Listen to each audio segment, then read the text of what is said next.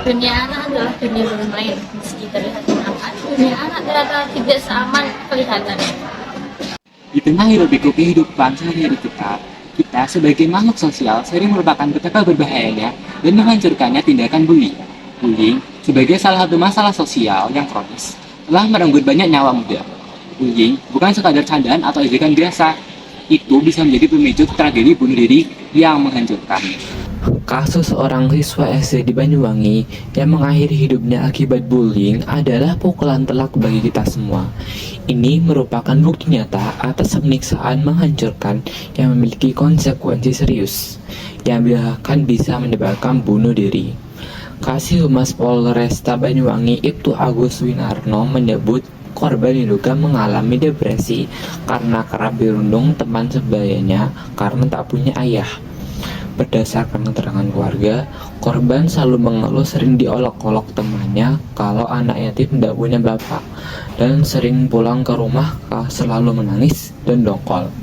Kasus siswa SD di Banyuwangi adalah peringatan keras bahwa kita harus mengambil tindakan konkret untuk mencegah tragedi serupa terulang. Anak-anak yang menjadi korban bullying seringkali merasa terperangkap dan tanpa harapan. Mereka merasa bahwa tidak ada tempat yang nyaman, bahkan di rumah mereka sendiri. Dan dalam keputusan mereka mungkin melihat bunuh diri sebagai satu-satunya jalan keluar. Tindakan pembulian yang terdapat di Indonesia harus segera dihentikan untuk menciptakan lingkungan belajar yang nyaman, tentram, dan damai agar para murid mampu belajar secara efektif dan maksimal.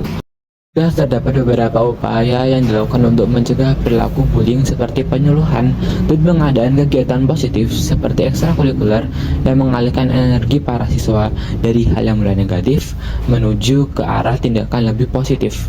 Tetapi, pencegahan tindakan bullying saja tidak cukup untuk sepenuhnya memberantas masalah ini.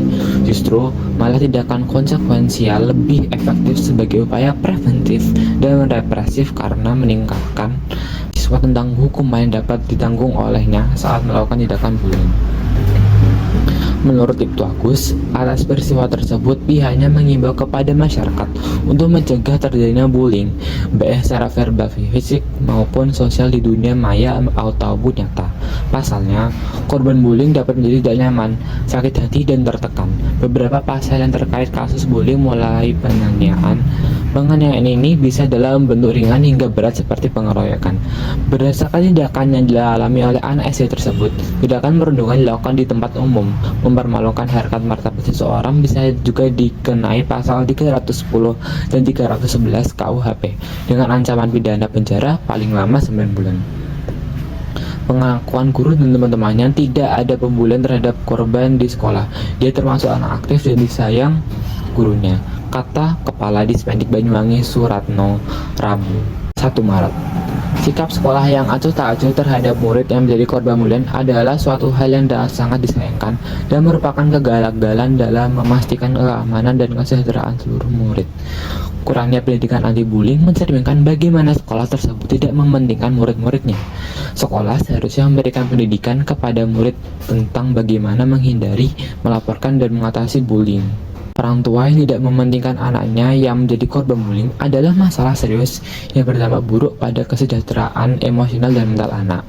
Orang tua memiliki tanggung jawab moral dan perasaan terhadap anak-anak mereka untuk memberikan dukungan, melindungi, dan memastikan kesejahteraan mereka. Dalam kasus bullying, mendengarkan dan bertindak segera untuk melindungi anak adalah tindakan yang sangat penting. Peran orang tua dan sekolah tetap menjadi hal yang sangat-sangat penting dan tidak tergantikan dalam mendidik anak. Pentingnya mengatasi masalah bullying yang menyebabkan bunuh diri, seperti dalam kasus siswa SD di Banyuwangi. Sesuai dengan kasus siswa SD bunuh diri yang terjadi, guru seharusnya mendapatkan pelatihan tambahan tentang pengenalan tanda-tanda bullying dan tindakan yang harus diambil. Begitu pula dengan orang tua. Sebagai orang tua, seharusnya perubahan lebih memperhatikan perilaku anak dan membangun jaringan komunikasi yang baik agar anak tidak takut untuk bercerita. Bullying bukanlah candaan biasa. Itu adalah bentuk penyiksaan psikologis yang seringkali merusak dan bahkan berakibat fatal. Jadi, pendidik dan orang tua harus terus memantau perkembangan anak-anak rumah, terutama jika mereka telah menjadi korban bullying, untuk memastikan bahwa mereka mendapatkan dukungan yang tepat dengan kolaborasi kuat antara sekolah, orang tua, dan pihak berwenang. Kita dapat menciptakan lingkungan yang lebih aman dan mendukung bagi anak-anak.